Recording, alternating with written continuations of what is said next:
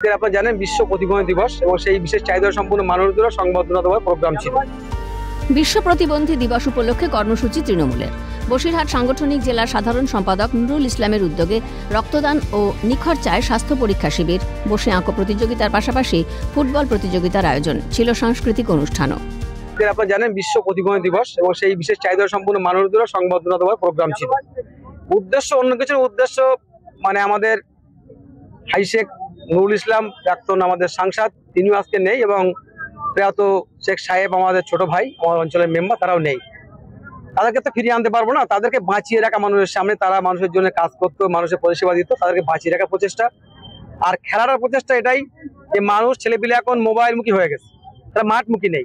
মানে আমাদের নব যুগ, আমাদের সন্তান সমস্ত যে ছেলেরা মোবাইলে আসক্ত থেকে বেরিয়ে তারা মাঠমুখী হোক। বুধবারের কর্মসূচিতে প্রাক্তন খেলোয়াড়দের সম্মাননা জানানো হয়। উপস্থিত ছিলেন জাতীয় দলের প্রাক্তন ফুটবলার আলভিটো ডি কুনহা। কেন ভারতীয় ফুটবলের অনুন্নতি? আলভিটো দায়ী করলেন রাজনীতিকে। আমাদের দেশ এত বড় দেশ, কিন্তু আমরা এখন অব্দি কোয়ালিফাই করতে পারিনি, করবে কিনা জানি না, কিন্তু আশা করি কিছু একটা ভালো হোক। এই যে আমরা দেখছি আইএসএল হবে কি হবে না, আই লিগ হবে কি হবে না, আমার মনে হয় এখানে পলিটিক্স না ঢুকিয়ে মানে স্পোর্টসম্যানকে স্পোর্টসের জায়গায় থাকা উচিত। কারণ যেই দেশে পলিটিক্স ঢুকে যায় ওই দেশে কোনোদিন ফুটবলের কিছু ভালো হবে না।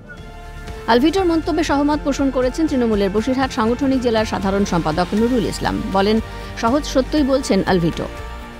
দেখুন, এটা নতুন করে কিছু বলার নেই। বর্তমান ভারতে যে সরকারে মস্ত যারা বসে আছে, যে সরকার, তার সব বিষয়ের উপরেই তো রাজনীতি করছে। তো সত্যি কথা বলে গেছে, সত্যিটা খুব সহজভাবে বলে, ভালো লাগলো খুব সত্যি কথা সহজ বলার জন্য। তৃণমূলের উদ্যোগে আয়োজিত বুধবারের কর্মসূচিতে শুধুমাত্র রক্তদান শিবিরে 200-রও বেশি মানুষ অংশ নেন। পঙ্কজ বিশ্বাসের রিপোর্ট, ক্যালকাটা নিউজ।